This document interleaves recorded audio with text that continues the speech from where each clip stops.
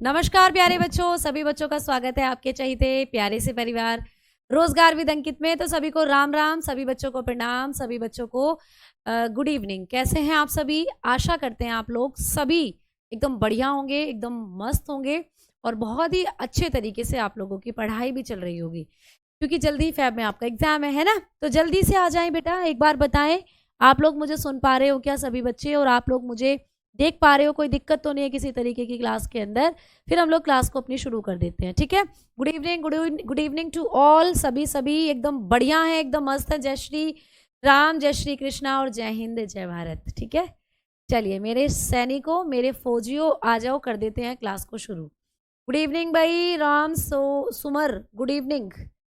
काजल good evening. Naval, शिल्पी, मोहित, नासिर और प्रियूष, सूरज, आकाश, सभी प्यारे बच्चों को हमारा हाथ जोड़कर प्रणाम। जिनका नाम लिया है उनका भी और जिनका नहीं ले पाए हैं उनका भी, ठीक है।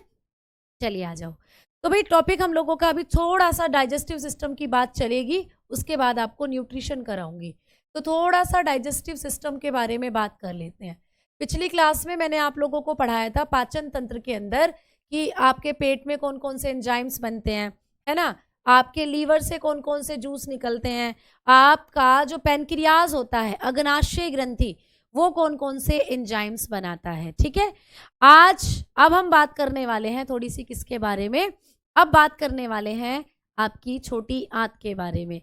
तो चलिए भाई, छोटी आंत के बारे में बात चलेगी अब। क्लियर? अच्छा, जल्दी से आ जाओ सभी बच्चे। जय हिंद, जय हिंद। सभी बच्चों को नमस्कार। बहुत बहुत अच्छा लगा मुझे आप लोग आते हो और विश करते हो। चलिए बेटा आ जाओ। तो देखो, अब आप लोगों का हम बात कर रहे थे स्मॉल इंटेस्टाइन के बारे में। स्मॉल इंटेस्टाइन, ठीक है, यानी कि छोटी आंत के बारे में। छोटी आंत के बारे में हम जब बात कर रहे थे तो मैंने आपको बता दिया था पिछली क्लास में कि छोटी आंत की जो लंबाई होती है, मैंने बता दिया था कि आपको 6 से 6.5 मीटर होती है। छोटी आंत के 3 भाग थे, ड्यूडेनम, जेजुनम, इलियम। तो हमने ड्यूडेनम पढ़ लिया था, जेजुनम भी मैंने बता दिया था। आज हम शुरू करेंगे इलियम के साथ। इलियम, ठीक है, छोटी आंत का जो सबसे अंतिम भाग होता है जिसको हम कहते हैं शेष आंत्र, ठीक है। तो आपकी छोटी आंत का ये क्या है बेटा? सबसे अंतिम भाग होता है। तो ये पॉइंट भी आप चाहें तो लिख सकते हैं, छोटी आंत का अंतिम भाग है, ठीक है। छोटी आंत का अंतिम भाग, छोटी आंत का क्या है बच्चे?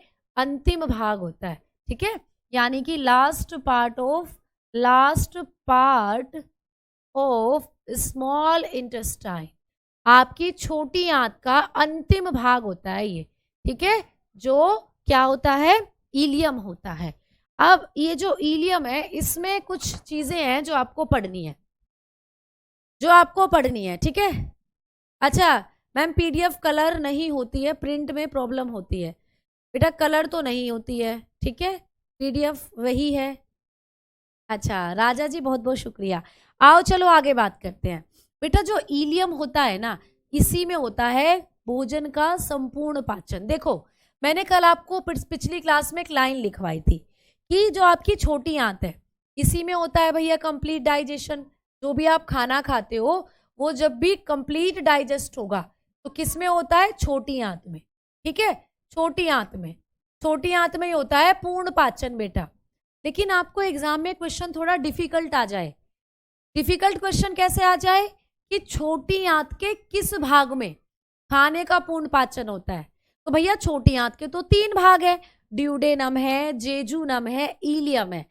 ये तीनों ऑप्शन में दे दे आपको या ऑल ऑफ दीज दे दे, सभी में।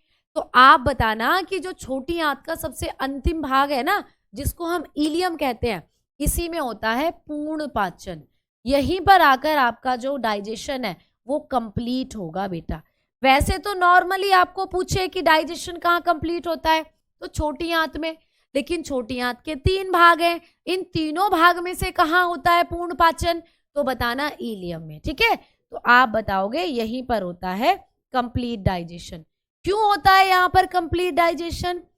इसलिए होता है क्योंकि तुम्हारी जो छोटी आंत होती है ना, उसका जो इलियम वाला भाग होता है उसमें पाई जाती हैं उंगली के जैसी संरचनाएं।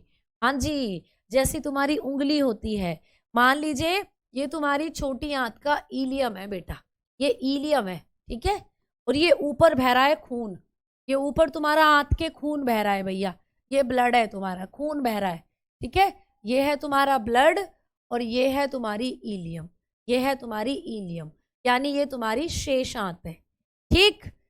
अब होता क्या है, इस शेष आंत्र में पाई जाती है उंगली के जैसी संरचनाएं। क्वेश्चन आता है ये, जैसे आपकी उंगलियां होती हैं बेटा, जैसे आपकी उंगलियां हैं, इस तरीके की संरचनाएं पाई जाती हैं इलियम की सरफेस पर।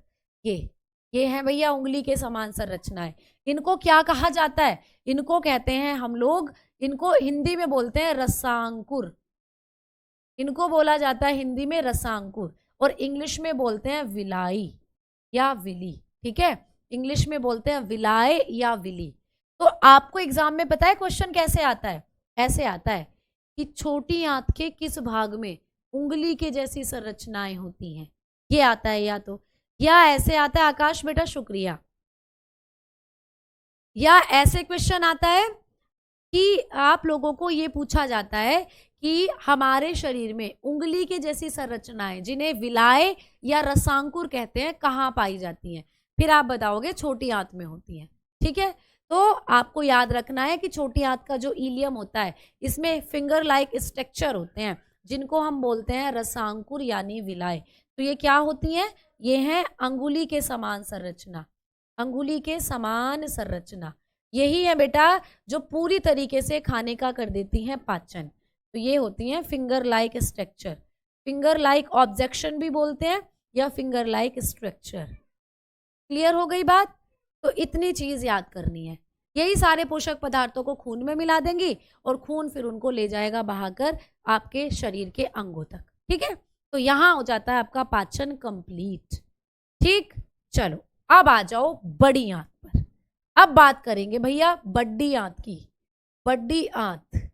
अब बड्डी आंत की बात करते हैं, लार्ज इंटेस्टाइन, जो आप लोगों की लार्ज इंटेस्टाइन होती है ना, यहाँ पर अब भोजन तो गया नहीं बेसिकली, यहाँ गया अब मल, क्योंकि भैया भोजन वो छोटी आंत तक था, तब उसमें अच्छे अच्छे पोषक पदार्थ थे, प्रोटीन, कार्बोहाइड्रेट, न्यूट्रिशन, जो आज पढ़ाऊंगी, ये जितने भी न्यूट्रिशन थे जब उस खाने में थे तब तक वो खाना था।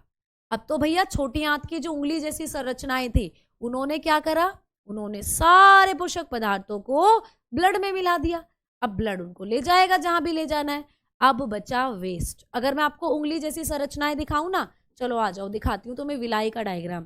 कई बच्चे सोच रहे होंगे कैसी दिखती हैं, लो जो विलाई होती हैं इनका डायग्राम आप देख लीजिए, या विली बोलते हैं जिनको, एक सेकंड रुकना, विली या विलाय जिनको हम बोलते हैं।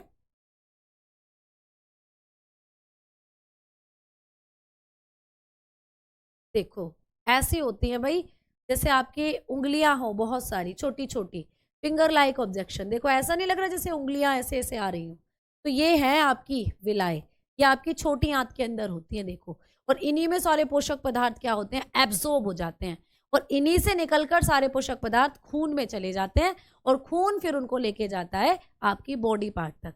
क्लियर। चलो अब आ जाओ, बात कर रहे हैं हम लार्ज इंटेस्टाइन की। तो बेटा जो बड़ी आंत होती है इसकी लंबाई कितनी होती है, बड़ी आंत की लंबाई कितनी होती है ये आपको पूछे। तो बड़ी आंत जो होती है इसकी जो लेंथ होती है वो होती है छोटी, यानी कि छोटी आंत से छोटी होती है ये, 1 से 1.5 मीटर होती है बेटा केवल ये। बड़ी आंत की लंबाई कितनी होती है, 1 से 1.5 मीटर, ठीक है, समझ में आई बात। और जो आपकी छोटी आंत थी उसकी लंबाई थी 6 से 6.5 मीटर। तो भैया ये आप लोगों की छोटी होती है, लेकिन इसको बड़ी आंत क्यों बोलते हैं, क्योंकि ये चौड़ाई में ज्यादा होती है बेटा, इसीलिए इसको बड़ी आंत बोलते हैं। जबकि आपकी जो छोटी आंत होती है ना वो चौड़ी कम होती है, लंबी ज्यादा होती है, ऐसे चौड़ाई में तो कम होगी, लंबाई में ज्यादा होती है। तो चौड़ाई के अनुसार इनको छोटी और लंबी आंत बोला, बड़ी आंत बोला जाता है। बड़ी आंत की चौड़ाई ज्यादा होती है, लंबाई कम, लेकिन छोटी आंत की चौड़ाई कम होती है, लंबाई ज्यादा होती है। तो इस पॉइंट को बहुत अच्छे से याद करना है आप लोगों को, ठीक है, ठीक है। जानवरों में भी होती है, हाँ बेटा बिल्कुल होती हैं, जानवरों में भी होती है छोटी आंत बड़ी आंत, ठीक है। आ जाओ अब आगे बात करते हैं, इसके भी 3 भाग होते हैं भैया, इसके भी 3 पार्ट्स होते हैं, छोटी आंत के भी 3 भाग, ये बड़ी आंत के भी 3 भाग हैं। जैसे छोटी आंत के 3 भाग थे वैसे बड़ी आंत के भी 3 भाग हैं। कौन कौन से? पहला भाग होता है कोलन, पहला भाग है कोलन, ठीक है, कोलन। दूसरा फिर सीकम,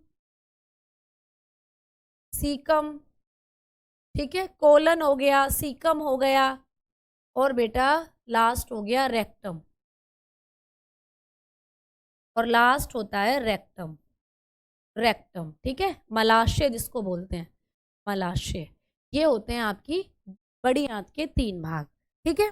अब छोटी आंत और बड़ी आंत जहां जाकर मिलती हैं, भाई ये छोटी आंत है, इसमें पूरा पाचन हो गया खाने का, अब जो वेस्ट था वो निकलेगा, आगे को बढ़ेगा और पहुंचेगा बड़ी आंत में, ये बड़ी आंत है। अब छोटी आंत और बड़ी आंत जहां मिलती है उस जंक्शन को कहा जाता है सीकम। प्यारे बच्चे, ये एग्जाम में क्वेश्चन आता है कि छोटी आंत और बड़ी आंत जहां पर मिलती है उस संरचना को क्या कहते हैं। तो ये जो आपका सीकम होता है ना, यहीं पर आपकी छोटी आंत और बड़ी आंत मिलती है, छोटी आंत प्लस बड़ी आंत, ठीक है, यहीं पर आकर मिलती है, छोटी आंत और बड़ी आंत मिलती हैं, यहीं पर मिलती हैं दोनों आंतें। क्लियर हो गई बात? तो छोटी आंत और बड़ी आंत का जो जंक्शन होता है उसको कहते हैं सीकम। तो लिख लीजिएगा, जंक्शन ऑफ, या यहाँ पे स्पेस कम है, मैं पूरा इसको इरेज करके लिख देती हूँ, लिख लो इसके बारे में। क्या है बेटा? Junction of small intestine, small intestine and large intestine, large intestine. तो छोटी आंत और बड़ी आंत का जंक्शन होता है ये। आपकी छोटी आंत और बड़ी आंत जिस पॉइंट पर मिलती है ना, उसी पॉइंट को बोलते हैं सीकम। तो प्यारे बच्चों, जैसे कि मान लीजिए यहाँ पे ये छोटी आंत है ना, और यहीं से आपकी ऐसे बड़ी आंत शुरू हो गई। तो छोटी आंत और बड़ी आंत का ये जो एरिया था जहां पर छोटी आंत बड़ी आंत से मिली, इसी को बोलते हैं हम लोग सीकम। क्लियर हो गई बात? ठीक है। हमारा पनीर कहाँ है भैया? सिलेक्शन लेकर आएगा जो, उसको मिलेगी पनीर की सब्जी। तो अभी तो एग्जाम होने दो, फिर मिलते हैं, फिर पनीर भी खाएंगे भाई। ठीक, समझ में आई ना बातें? चलिए, तो अब आगे आ जाओ।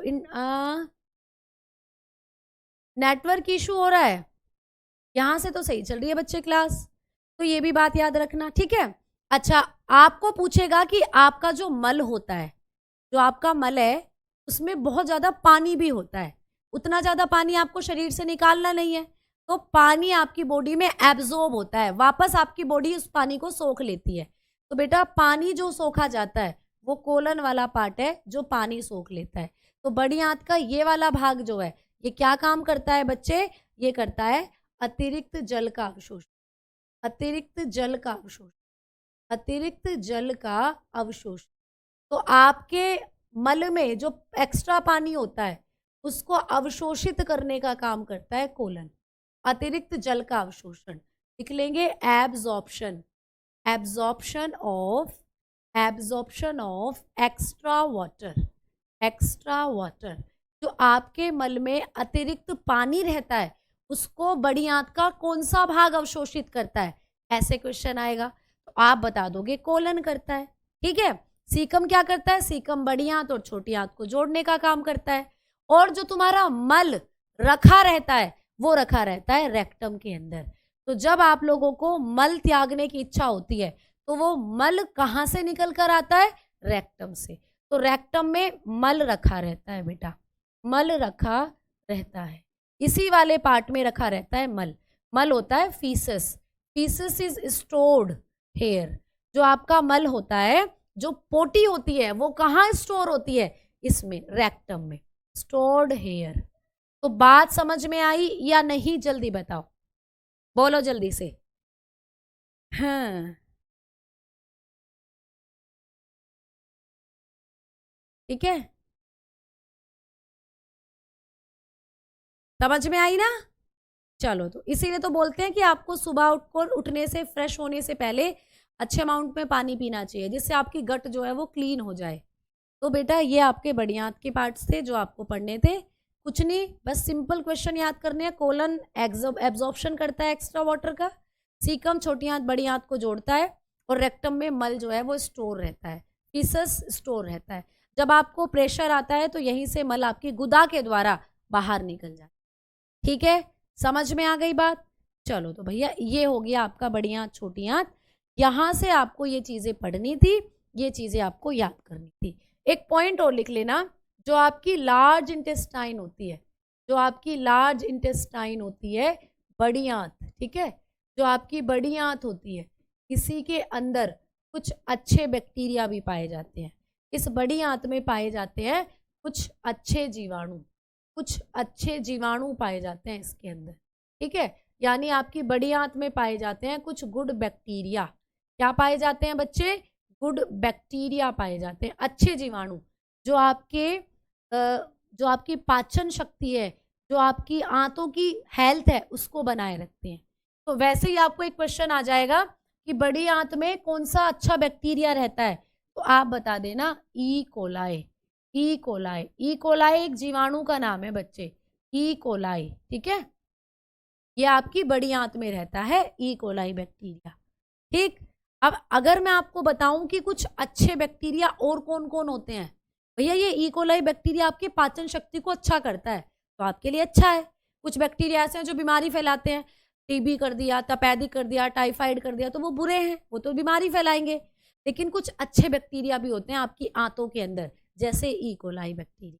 ठीक है, अब 2-4 पॉइंट मैं यहाँ लिखवा रही हूँ बेटा। दूध से दही बनाने वाला बैक्टीरिया पूछ ले, दूध से दही बनाने वाला जीवाणु पूछ ले, आप लोग बताना लैक्टोबैसिलस। ये छोटे छोटे से क्वेश्चन है जो एग्जाम में आ जाते हैं। लैक्टोबैसिलस, ठीक है, लैक्टोबैसिलस। दूध से दही जमाने वाले बैक्टीरिया का नाम क्या होता है? लैक्टोबैसिलस। ठीक है, एक बैक्टीरिया होता है जो पौधों में क्या करता है? नाइट्रोजन फिक्सेशन, पौधों में N2 फिक्सेशन करने वाला, N2 स्थिरीकरण करने वाला बैक्टीरिया, नाइट्रोजन फिक्सेशन करने वाला बैक्टीरिया। यानी कि जो प्लांट होते हैं, प्लांट के अंदर क्या करता है? N2 फिक्सेशन, नाइट्रोजन को कन्वर्ट करता है नाइट्रेट में। इस बैक्टीरिया का नाम याद रखना, यह है बच्चों राइजोबियम। राइजोबियम, ये बैक्टीरिया का नाम है भाई राइजोबियम। ये छोटी छोटी से पॉइंट भी नोट कर लेना यहीं पर, राइजोबियम। ठीक है, राइजोबियम, ये छोटे छोटे से पॉइंट भी यहीं नोट कर लेना। ठीक है, तो दूध से दही बनाने वाला जो बैक्टीरिया है वो है लैक्टोबैसिलस, और पौधों में नाइट्रोजन स्थिरीकरण करने वाला बैक्टीरिया है राइजोबियम। ये भी अच्छे बैक्टीरिया हैं।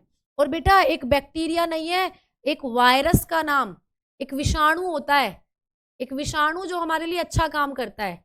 एक विषाणु है बेटा, एक वायरस है जिसका नाम है बैक्टीरियोफेज। एक वायरस है बच्चे जिसका नाम है बैक्टीरियोफेज। Bacteriophage, bacteriophage. ठीक है, ये बैक्टीरिया नहीं है, बैक्टीरियोफेज ये वायरस का नाम है बेटा।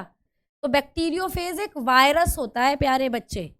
ये वायरस रहता है गंगा के जल में, ये गंगा के पानी में रहता है, गंगा के जल में रहता है बच्चे। ठीक है, गंगा के जल में रहता है। और क्या करता है? तुमने कभी सोचा है जो गंगा जल होता है वो कभी भी सड़ता नहीं है? क्यों नहीं सड़ता गंगा जल कभी भी? क्योंकि उसके उस बैक्टीरिया, उस पानी में ये वायरस रहता है, बैक्टीरियोफेज। ये बैक्टीरियोफेज नाम क्यों है इसका? बैक्टीरियो का मतलब बैक्टीरिया और फेज का मतलब खाने वाला। ये वायरस बैक्टीरिया को खाता है। तो गंगा के पानी में जितने भी गंदे बैक्टीरिया होते हैं ना, सबको चट कर जाता है ये वायरस। और सबको चट कर जाता है तो गंगा का पानी एकदम साफ हो जाता है, एकदम प्योर हो जाता है। तो इसको कहा जाता है जीवाणु को खाने वाला वायरस। तो ये क्या काम करता है बेटा? जीवाणु को खाता है, जीवाणु को खाता है ये, इसीलिए इसका नाम है बैक्टीरियोफेज। समझ में आ गई बात? तो ये पॉइंट्स भी नोट कर लेना साथ के साथ। ठीक है, सुबह सुबह गर्म पानी पीने से के नुकसान तो ना होते। गर्म इतना भी गर्म नहीं कि जला लो अपने आप को, अंदर घूंट पिया और जलता चला गया। हल्का लेक वार्म, हल्का सा गुनगुना जो आप पी सके उतना आप पी ले। ठीक है, ठीक है,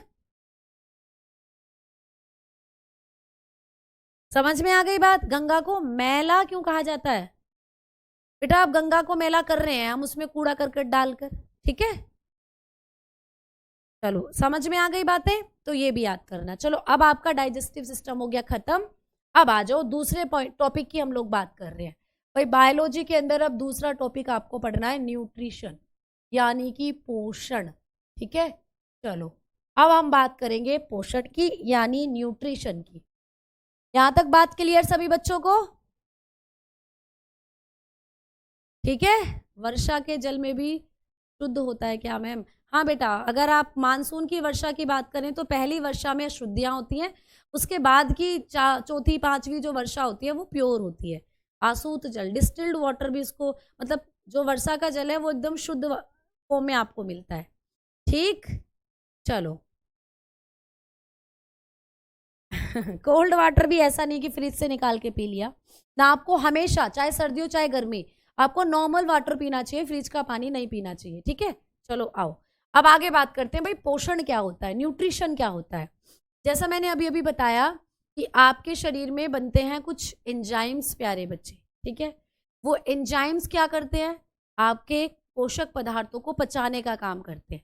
ठीक है, जैसे मैंने बताया लीवर से पित्तरस निकलता है, फैट को पचाता है। पेट से आपका पेप्टोन वो निकलता है, पेप्टोन एंजाइम, पेप्सिन एंजाइम जो प्रोटीन को पचाता है, प्रोटीन को पेप्टोन में तोड़ता है। तो ये सारे एंजाइम्स आपके शरीर में खाने को पचाते हैं या पोषक पदार्थों को पचाते हैं। तो यही है आपके पोषक पदार्थ। तो क्या लिख सकते हो कि भोजन जो होता है प्यारे बच्चे, सबसे पहले हम पॉइंट पढ़ रहे हैं कि पोषण क्या होता है, तो लिख सकते हो भोजन से पोषक पदार्थों को, भोजन से पोषक पदार्थों को ग्रहण करना, पोषक पदार्थों को ग्रहण करने की क्रिया, ग्रहण करने की क्रिया। ठीक है, तो भोजन से पोषक पदार्थों को ग्रहण करने की क्रिया पोषण कहलाती है।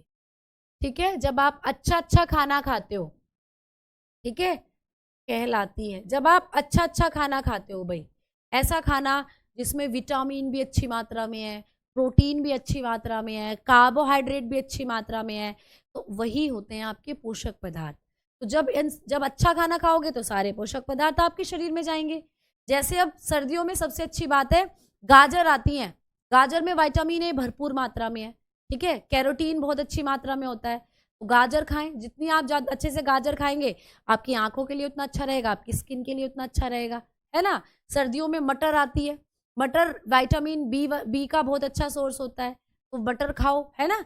और सर्दियों में नए आलू आते हैं जो कार्बोहाइड्रेट का बहुत अच्छा सोर्स होते हैं। और सर्दियों में आप लोग, सबसे अच्छी बात है कि दूध वगैरह भी ले सकते हैं जिसमें आपको प्रोटीन फैट अच्छी मात्रा में मिलेगा। तो जितने अच्छे खाना खाओगे उतने अच्छे पोषक पदार्थ आपके शरीर में जाएंगे, है ना। तो भोजन से पोषक पदार्थों को ग्रहण करने की क्रिया क्या कहलाती है, पोषण कहलाती है। लिख लेंगे absorption, absorption of nutrient, absorption of nutrient from the food from the food is known as nutrition। ठीक है, is known as nutrition। Clear. तो खाने से पोषक पदार्थों को ग्रहण करने का जो प्रोसीजर होता है वही होता है पोषण प्यारे बच्चे। दूध दही साथ खाई नहीं खाता जाता है। हाँ बेटा, दूध दही साथ कैसे, क्यों नहीं खा सकते, दूध में विटामिन सी नहीं होती, दही में विटामिन सी होती है। और दूध का जो नेचर है बेसिकली वो आप गर्म पीते हो, दही होती है ठंडी, दही को गर्म करके नहीं पी सकते, तो ये कॉम्बिनेशन थोड़ा सा अलग माना जाता है। ठीक है चलो आओ आगे बात करते हैं अब। तो ये आपको पता चल गया। अब हम बात करेंगे कि न्यूट्रिशन कौन कौन से होते हैं भाई, पोषक पदार्थ कौन कौन से होते हैं।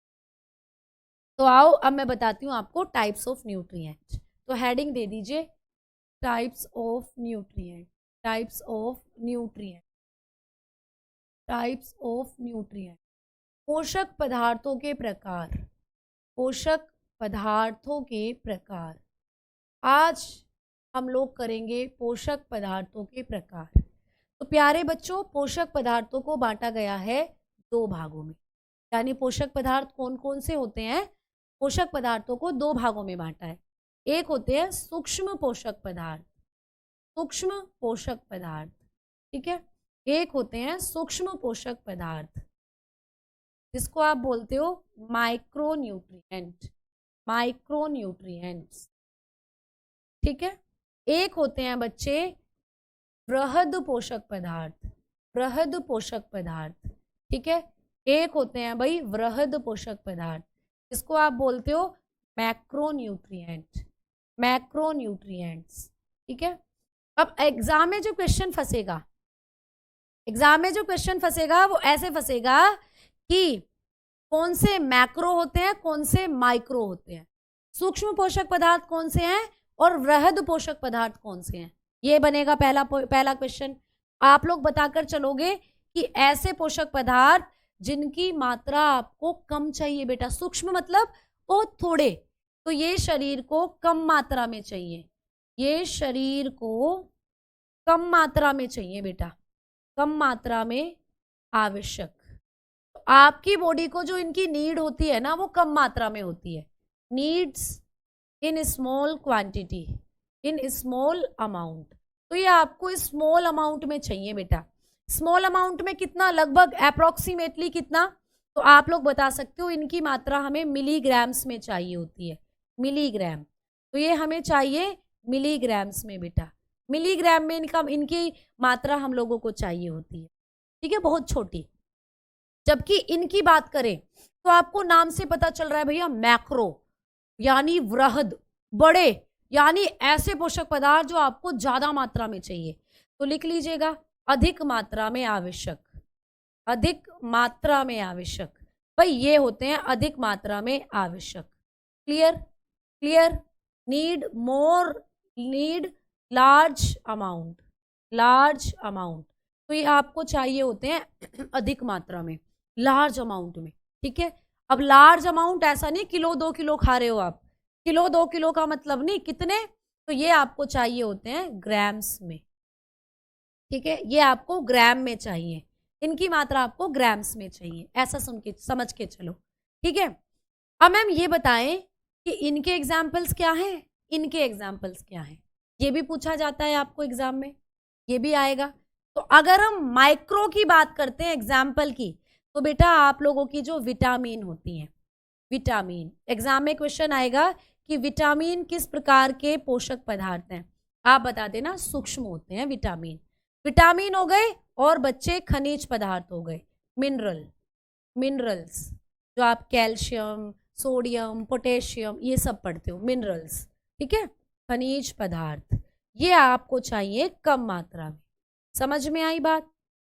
जबकि जो ये होते हैं आप लोगों के वृहद पोषक पदार्थ, यहाँ आप लोगों को ज्यादा अमाउंट चाहिए। तो इनके एग्जाम्पल क्या है, तो कभी भी एग्जाम में आए कि मैक्रोन्यूट्रिएंट में क्या क्या आते हैं, कौन कौन से पोषक पदार्थ आते हैं।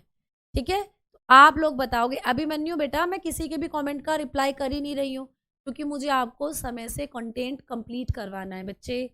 ठीक है, दूध से दही कैसे बनता है बच्चे, एक बैक्टीरिया के कारण बनता है। अभी मैंने बताया ना, जब आप दूध में हल्का सा दही डालते हो तो दही में होता है लैक्टोबैसिलस बैक्टीरिया, वही लैक्टोबैसिलस बैक्टीरिया अपनी जनसंख्या को बढ़ाकर पूरे दूध को दही में कन्वर्ट कर देता है।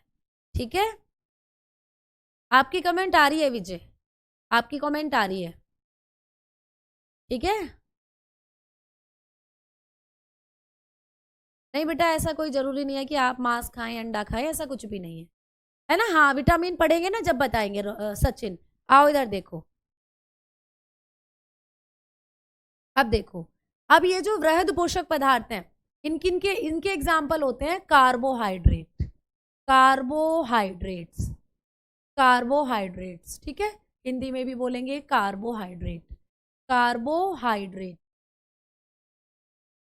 कार्बोहाइड्रेट्स। ठीक है, और दूसरे नंबर पर पढ़ोगे फैट्स, फैट्स यानी कि वसाएं, वसाएं। और तीसरे नंबर पर इनका एग्जाम्पल पढ़ते हैं हम लोग प्यारे बच्चों प्रोटीन। ठीक है, प्रोटीन, प्रोटीन, तो कार्बोहाइड्रेट, फैट, प्रोटीन, और चौथे नंबर पर लिख सकते हो जल यानी वाटर, वाटर। ठीक है, जो पानी आप लोग पीते हो, पानी भी आपको बेटा अच्छी खासी मात्रा में चाहिए। आप लोग पानी भी दिन में 5 से 6 लीटर पीते हैं, ठीक है नॉर्मली, तो वो भी आपका क्या हो जाता है, मैक्रोन्यूट्रिएंट हो जाता है। ठीक। दूध, हाँ दूध तो नॉर्मल है, दूध को तो आप ऐसा, दूध में सारे पोषक पदार्थ होते ही हैं, ठीक है। चलो, तो आज जो हम बात करेंगे, अब इनमें से आपको कौन कौन से पढ़ने हैं, देखो जो आपको एग्जाम्स में क्वेश्चन के तौर पर आएंगे। एक तो हम पढ़ेंगे कार्बोहाइड्रेट, इधर से हम पढ़ेंगे विटामिन। बस यहीं से आपके एग्जाम्स में क्वेश्चन बनते हैं। कमेंट सबके आ रहे हैं, निधि आपका कमेंट भी मेरे पास आ रहा है, ठीक है। ठीक है, आ जाओ आगे बात कर रहे हैं। अब हम बात करेंगे आज की क्लास में सबसे पहले कार्बोहाइड्रेट के बारे में। कार्बोहाइड्रेट, तो प्यारे बच्चों हेडिंग डालेंगे कार्बोहाइड्रेट्स। कार्बोहाइड्रेट, कार्बोहाइड्रेट्स आज हम हेडिंग डालेंगे। सबसे पहला पॉइंट कार्बोहाइड्रेट के बारे में आएगा एग्जाम में, क्या है कार्बोहाइड्रेट, क्या है कार्बोहाइड्रेट, जल्दी बताओ भाई। कार्बोहाइड्रेट क्या होते हैं भाई, बताओ। मोनिका बेटा बहुत बहुत शुक्रिया, बहुत बहुत धन्यवाद। अच्छा, अरे वाह, अवनीश जी का तो पूरा परिवार पढ़ रहा है, मेरा तो पूरा परिवार पढ़ रहा है भैया, सबकी बायोलॉजी परफेक्ट हो जाएगी फिर तो, है। चलो भाई, पूरे परिवार जी को नमस्कार, अपना ख्याल रखें और उम्मीद करती हूँ आप लोग एकदम सभी बढ़िया होंगे। चलिए बेटा, तो कार्बोहाइड्रेट आज मैं शुरू कर रही हूँ, सुनते चलो एक एक पॉइंट, ठीक है। एक एक पॉइंट आप लोग सुनते चलें कार्बोहाइड्रेट के बारे में, क्लियर। चलो देखो, जो कार्बोहाइड्रेट होते हैं ये क्या है बेटा, इनको बोला जाता है शर्करा के अणु। शर्करा के अणु, कार्बोहाइड्रेट क्या है, शर्करा के अणु होते हैं प्यारे बच्चे, ठीक है। तो लिख लीजिएगा, these are sugar molecule. Sugar molecule, भाई क्या है ये, शुगर मॉलिक्यूल है, ठीक है। दीज आर शुगर मॉलिक्यूल, शर्करा के अणु है। अब मैम शर्करा क्या होती है, क्या है शर्करा, शर्करा क्या होती है, शुगर क्या होती है, क्या वो वाली चीनी जो डब्बे में बंद है घर के अंदर किचन में, मम्मी चाय में दूध में डालती हैं, तो प्यारे बच्चे वो भी है, उसको भी पढ़ाएंगे अभी आगे। फिलहाल यहाँ शर्करा का मतलब है कार्बन, हाइड्रोजन और ऑक्सीजन के अणुओं का जुड़ना। तो जब भी आपको कोई पूछे कि शर्कराएं या कार्बोहाइड्रेट कैसे बनते हैं, आप बताओगे ये कार्बन, हाइड्रोजन, ठीक है, हाइड्रोजन व कार्बन, हाइड्रोजन व ऑक्सीजन के अणु है, ठीक है, ऑक्सीजन के अणु है, क्लियर। तो ये कार्बन, हाइड्रोजन और ऑक्सीजन के अणु हैं, क्लियर हो गई बात, समझ में आई। एक सेकंड,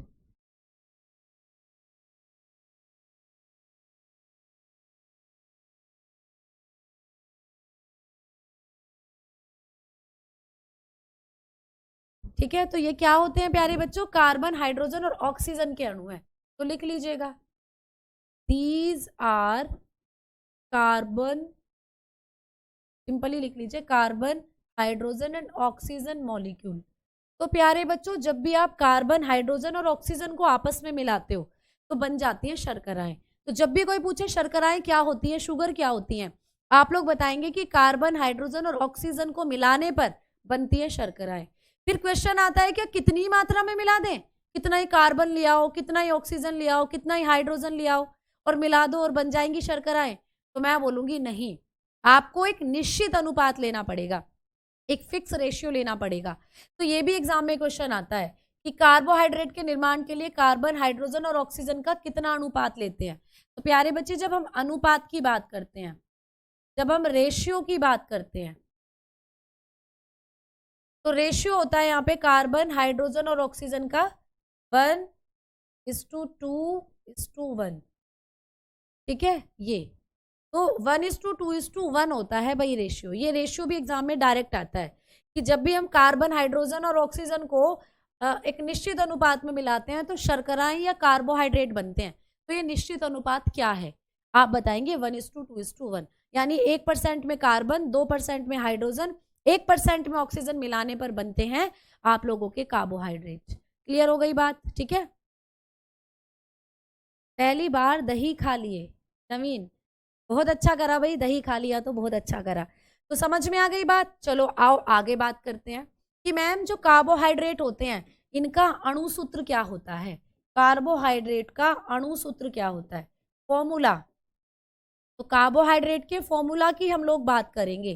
तो कार्बोहाइड्रेट का फॉर्मूला देखो, इनके कार्बन, हाइड्रोजन और मॉलिक्यूल ऑक्सीजन से मिलकर बनेगा, क्योंकि ये कार्बन, हाइड्रोजन और ऑक्सीजन के ही मॉलिक्यूल होते हैं।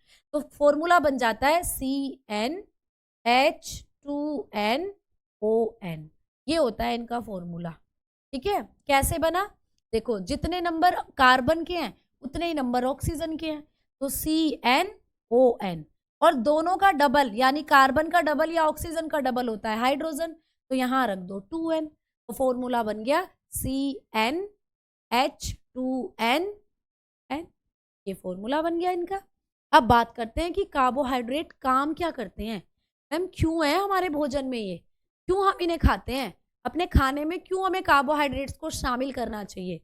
आप लोग बताएंगे कि जो कार्बोहाइड्रेट होते हैं, कार्बोहाइड्रेट्स जो होते हैं, इनका जो वर्क होता है, कार्बोहाइड्रेट्स का जो कार्य होता है, इनका जो वर्क होता है, वो होता है कि ये आपको तुरंत ऊर्जा देते हैं, तुरंत। तो लिख लीजिएगा, तुरंत ऊर्जा प्रदान करते, तुरंत ऊर्जा प्रदान करते हैं। ठीक है, तुरंत ऊर्जा प्रदान करते, क्या करते हैं भाई? प्रोवाइड इंस्टेंट एनर्जी, लिख लेंगे, प्रोवाइड इंस्टेंट एनर्जी। तो ये क्या देते हैं आप लोगों को? ये आप लोगों को तुरंत ऊर्जा प्रदान करते। अगर आप कोई ऐसा काम कर रहे हो जिसमें आपको एनर्जी चाहिए, तो आप ग्लूकोज, फलों का जूस, चावल, शकरकंद, आलू, ये सब खा सकते हो, तो आपको तुरंत ऊर्जा मिलती है, इंस्टेंट एनर्जी। तभी तो लड़कियां जब फास्ट रहती हैं, तुमने देखा है, पूरे घर के आलू खा जाती हैं वो, भैया और तो कुछ खा नहीं रही हैं वो, लेकिन केला नहीं छोड़ेंगी घर में, केले में बहुत अच्छी मात्रा में होता है कार्बोहाइड्रेट। और बेटा आलू जितने भी होते हैं वो चट कर जाती हैं, उबाल कर, उनकी चाट बनाकर सारे आलू खा जाती हैं।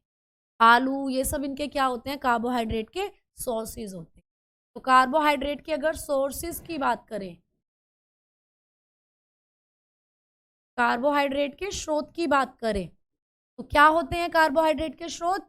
आप लोग बता सकते हो, आलू में बहुत अच्छी मात्रा में होती है, शकरकंद, शकरकंद बोलते हैं जिसको, इसमें बहुत अच्छी मात्रा में होती है, चावल, ठीक है, अनाज, ये सब कॉमन से सोर्सेज हैं कार्बोहाइड्रेट के। पोटैटो हो गया, स्वीट पोटैटो हो गया, स्वीट पोटैटो माय फेवरेट, मुझे बहुत पसंद है स्वीट पोटैटो। ठीक है, राइस हो गया बच्चे, एंड सीरियल, सीरियल्स यानी कि अनाज, मक्का, बाजरा, ये सब, गेहूं, ये सब जो ये कॉमन से सोर्सेज हो जाते हैं। अब लास्ट पॉइंट आपको पूछेगा, अगर हम 1 ग्राम कार्बोहाइड्रेट को जलाएं तो लगभग कितनी एनर्जी हमको देगा? आप बताएंगे 4.2 से 4.3 किलो कैलोरी एनर्जी मिलती है अगर हम 1 ग्राम कार्बोहाइड्रेट को जला रहे हैं। अगर हमने 1 ग्राम कार्बोहाइड्रेट खाया है और वो हमारी बॉडी में बर्न हो रहा है, जल रहा है, तो उससे हमें मिलेगी 4.2 से 4.3 किलो कैलोरी एनर्जी। ठीक है, अच्छा, बाइक के पीछे बैठ के क्लास ले रहे हो, कोई एरोप्लेन में ले रहा है क्लास, कोई रजाई में बढ़ के ले रहा है क्लास, लो तुम क्लास लो, कैसे भी करके लो, पर लो। ठीक है, क्योंकि इस बार मैं वर्दी में तो तुम लोगों को देखना चाहती हूँ। ठीक, समझ में आई? अच्छा, अंकित जी को लग रही है रिकॉर्डेड है क्या क्लास? बेटा हो सकता है, दिख रहा है ऐसा क्यों? मैम मेरा कमेंट मुझे ही दिख रहा है, ऐसा क्यों? क्योंकि बेटा ये एप्लीकेशन में प्राइवेसी है, आपका कमेंट आपको ही दिखेगा। ठीक है,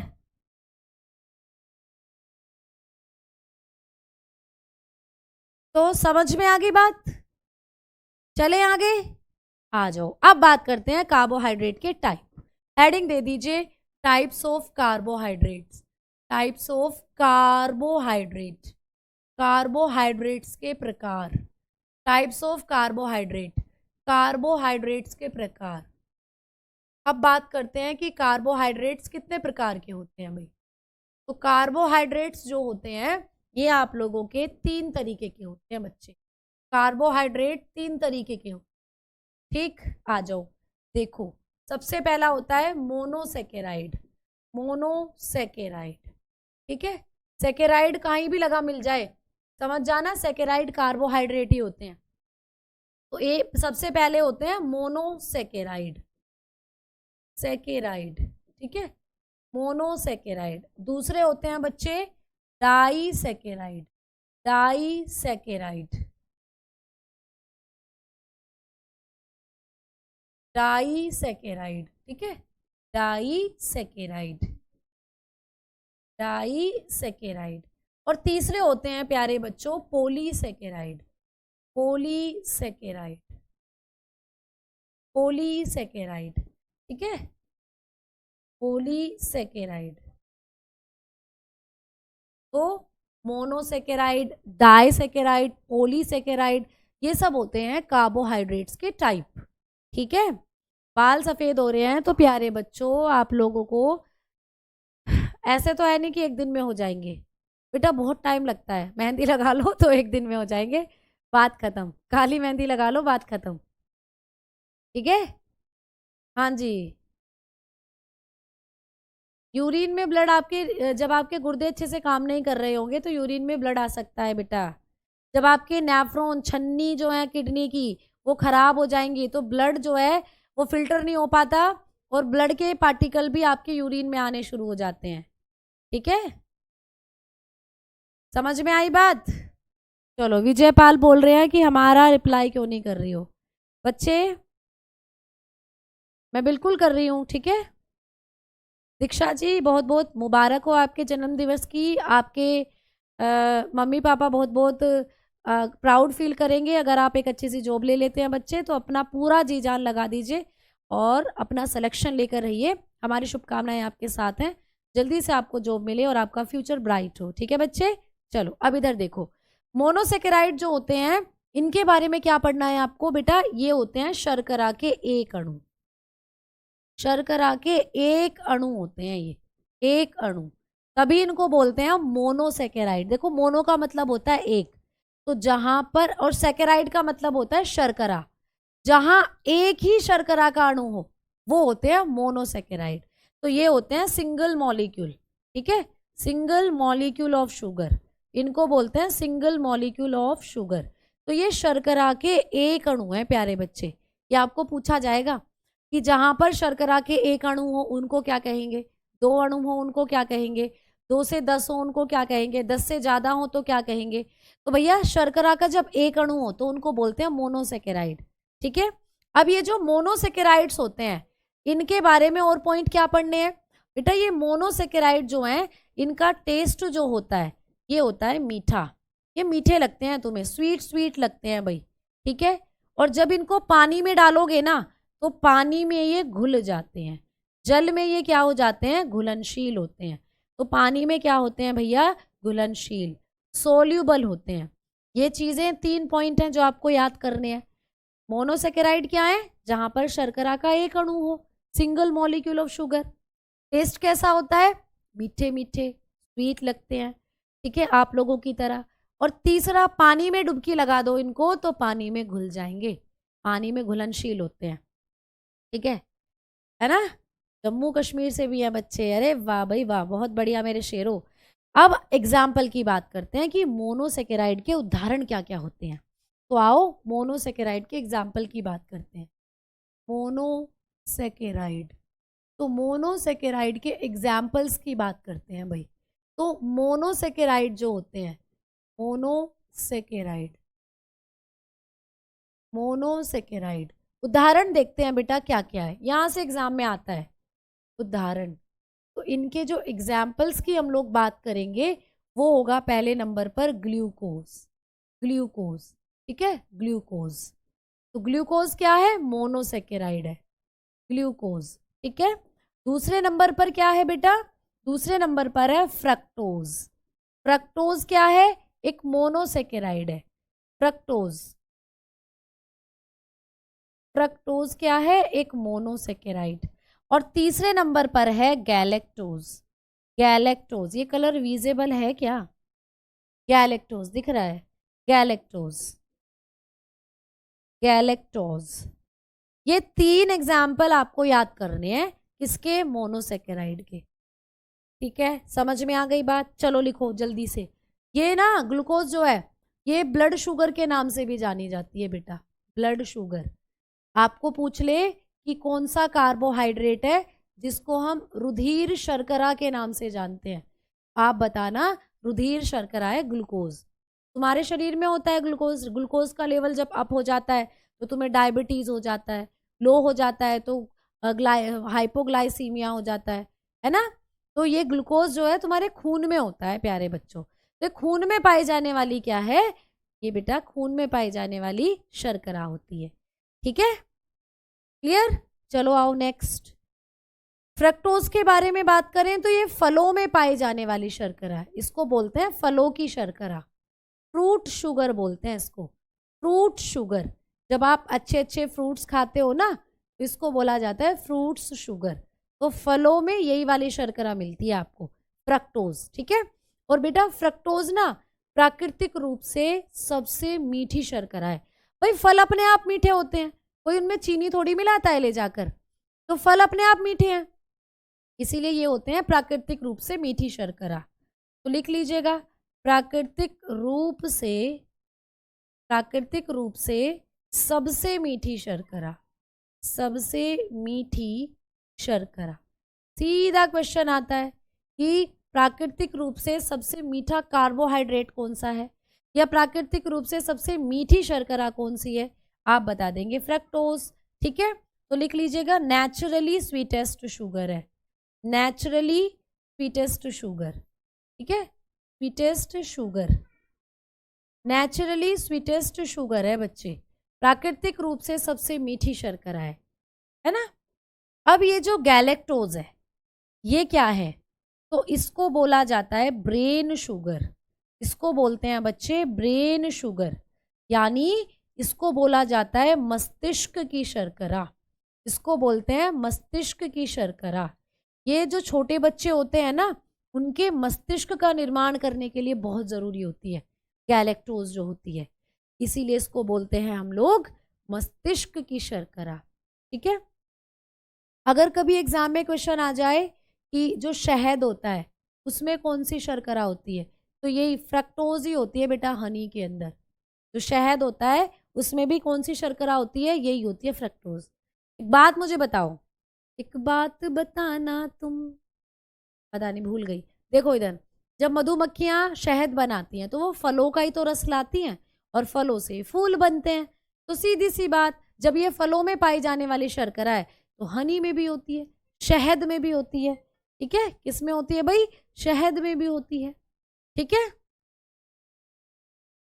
ठीक है। यूरिन का मतलब क्या होगा? यूरिन होता है मूत्र, मूत्र, मूत्र। ठीक है, चलो आओ आगे बात करते हैं। अब ये ब्रेन शुगर है, बच्चों के लिए बहुत अच्छी होती है, ड्राई फ्रूट में होती है, कुछ मात्रा में दूध में भी होती है फ्रक्टोज।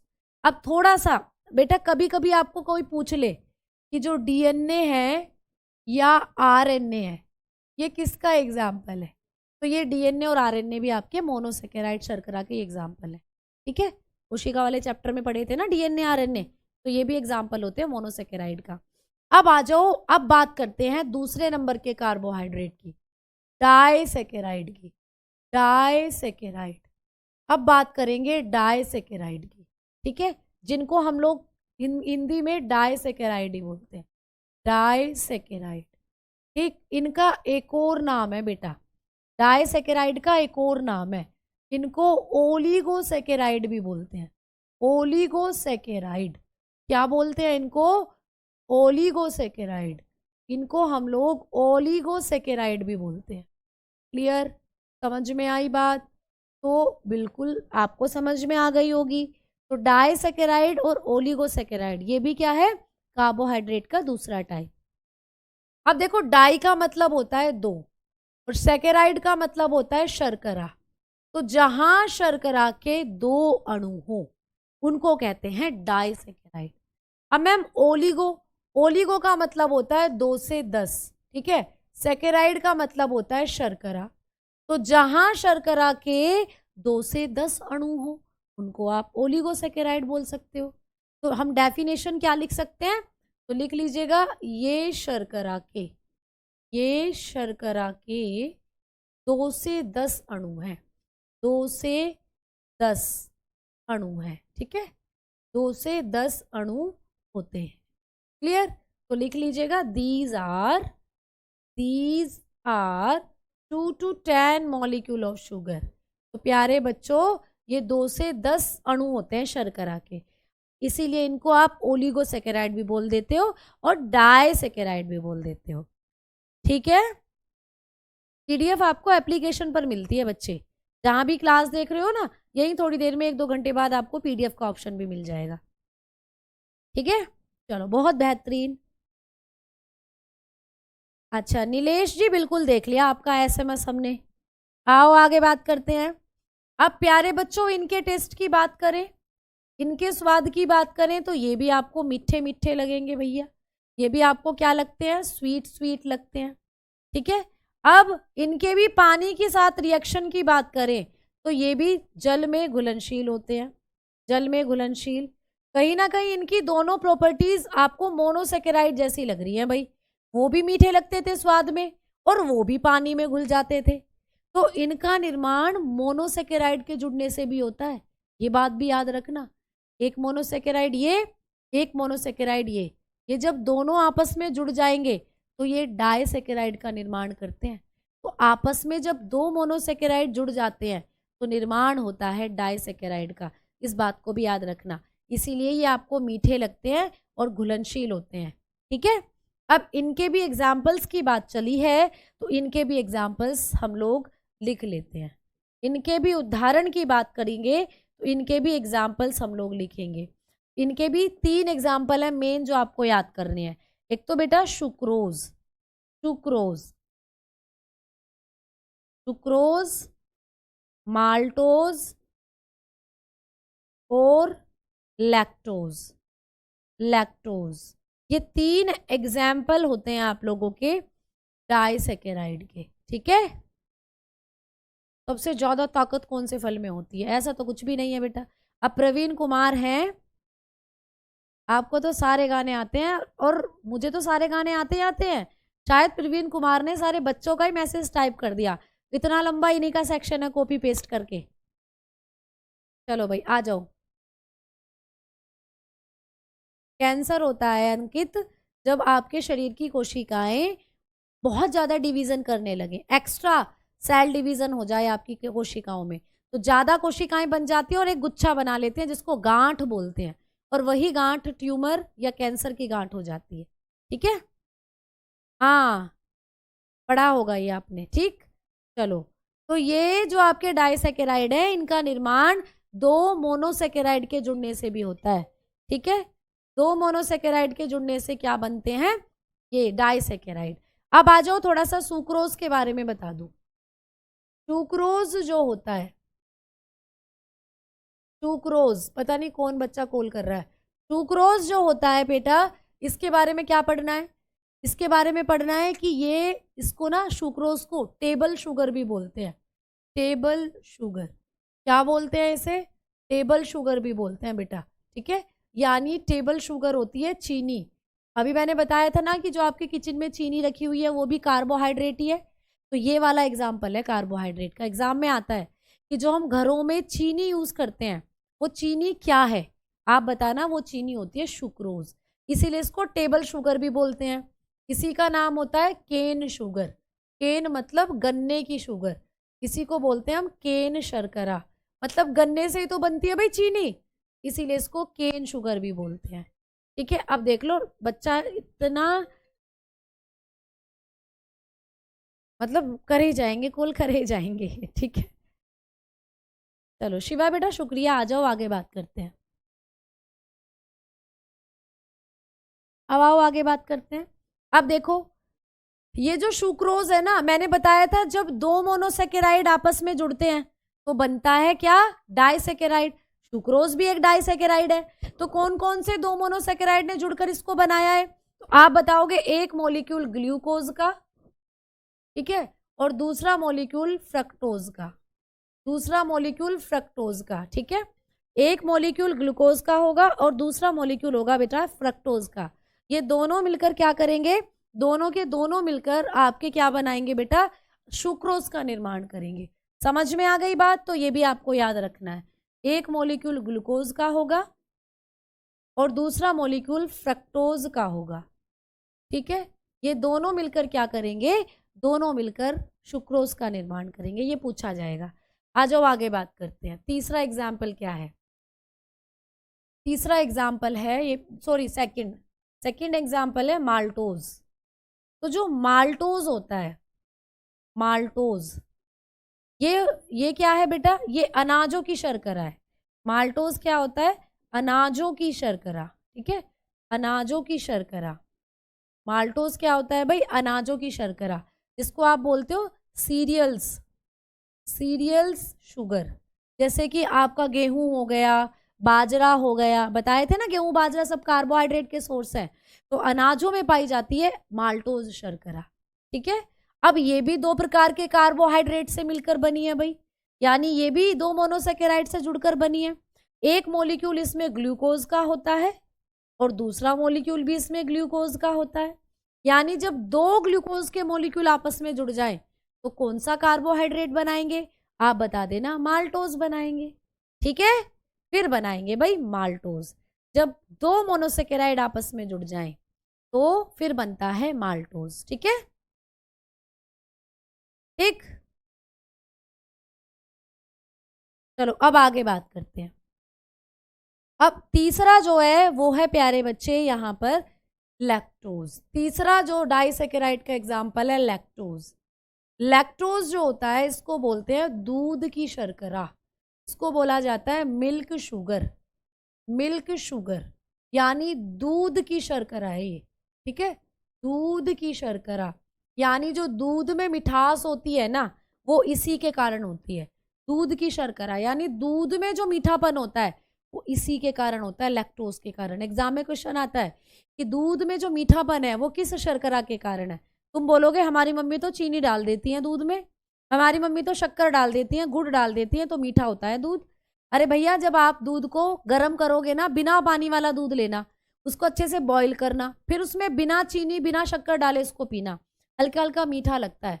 और मावा तुमने खाया होगा, दूध का जो खोवा निकालते हैं वो मीठा लगता है बिना बूरा या बिना चीनी मिलाए हुए। तो वो मिठास जो है वो इसी के कारण है, लैक्टोज के कारण। तो ये क्या होता है? दूध की शर्करा है बेटा। अब ये भी दो मोनोसेकेराइड से मिलकर बनी है। एक मॉलिक्यूल इसमें होता है ग्लूकोज का और दूसरा मॉलिक्यूल इसमें होता है गैलेक्टोज का। ठीक है, गैलेक्टोज। एक मॉलिक्यूल ग्लूकोज का और एक मॉलिक्यूल गैलेक्टोज का जब जुड़ जाए तो बनता है प्यारे बच्चों लैक्टोज। ठीक है, समझ में आ गई बात? हाँ, तो बहुत अच्छा। अच्छा जी संदीप जी, बहुत बहुत बढ़िया, बहुत बहुत शुक्रिया। ठीक, चलो, तो ये आपने आज पढ़ा। आज हमने बस, अब कल पॉलीसेकेराइड पढ़ेंगे और विटामिन पढ़ेंगे फिर हम कल। ठीक है, आज हमने ये सारी चीज़ें रिवाइज कर ली थी। डाइजेशन वाला चैप्टर भी थोड़ा देखा, छोटी आंत बड़ी आंत, न्यूट्रिशन बेसिकली हमने आज पढ़ा। और पोषक पदार्थ जो थे वो मैंने आपको बताया कि दो तरीके के हैं, माइक्रो एंड मैक्रो। माइक्रो में विटामिन और मिनरल आते हैं क्योंकि ये आपको कम अमाउंट में चाहिए होते हैं, और मैक्रो में आपके कार्बोहाइड्रेट प्रोटीन फैट आते हैं, पानी आता है क्योंकि आपको लार्ज अमाउंट में चाहिए होते हैं। ठीक है, हमने आज कार्बोहाइड्रेट पढ़े थे। कार्बोहाइड्रेट शर्करा के अणु है और ये कार्बन, हाइड्रोजन और ऑक्सीजन को 1:2:1 के रेशियो में मिलाने से बनते हैं। ये शरीर को तुरंत ऊर्जा देते हैं। इनका जो फॉर्मूला होता है CnH2nOn होता है। ठीक है, एग्जाम्पल मैंने बताया किसमें मिलते हैं कार्बोहाइड्रेट? आलू में, शकरकंद में, चावल में, अनाजों में। और हमने आज कार्बोहाइड्रेट्स के टाइप भी पढ़े थे। 3 तरीके के हैं, मोनोसेकेराइड जो कि हमने कंप्लीट पढ़ लिया, ग्लूकोज, फ्रक्टोज, गैलेक्टोज, ये कार्बोहाइड्रेट के मोनोसेकेराइड के टाइप हैं। जबकि सुक्रोज, लैक्टोज और माल्टोज ये एग्जाम्पल होते हैं डाइसेकेराइड या ओलिगोसेकेराइड के। कल हम लोग शुरू करेंगे पॉलीसेकेराइड के साथ और कल ही आपका विटामिन वाला टॉपिक जो है वो शुरू हो जाएगा। ठीक है, कन्याकुमारी से बच्चे हैं भाई। शैलेंद्र जी बहुत बढ़िया बेटा, बहुत बढ़िया, बहुत खुशनसीब हम अपने आप को समझते हैं कि हमारे बच्चे देश के अलग अलग कोनों से हम लोगों को देख रहे हैं और हम पर विश्वास जता रहे हैं। तो बेटा उसके लिए धन्यवाद सभी बच्चों का, शुक्रिया। Thank you to all. ठीक है, सक्सेसफुल होना चाहता हूँ, ऐसा क्या करूँ? बेटा पढ़ाई करो मन लगाकर, बिल्कुल सक्सेसफुल होगे। हर तरीके से सक्सेसफुल होगे अगर आपके हाथ में बहुत अच्छी नॉलेज है, तो अपनी नॉलेज को बढ़ाते रहो, पढ़ाई करते रहो। ठीक है, दूध में एसिड पूछे तो लैक्टिक एसिड है, कार्बोहाइड्रेट पूछे तो लैक्टोज है। ठीक है, चलो भाई, गुड नाइट, धन्यवाद सभी का। शरीर का तापमान बनाए रखने का काम करता है हाइपोथैलेमस, जो मैंने आपको नर्वस सिस्टम वाले चैप्टर में बताया भी है। ठीक, चलो दिख रहे हैं मैसेज भाई? सचिन जी मैसेज दिख रहे हैं, तो गुड नाइट, नमस्कार सभी बच्चों को, बाय बाय, टेक केयर, चलो धन्यवाद। हिमाचल से भी बच्चे हैं भाई, बहुत बढ़िया।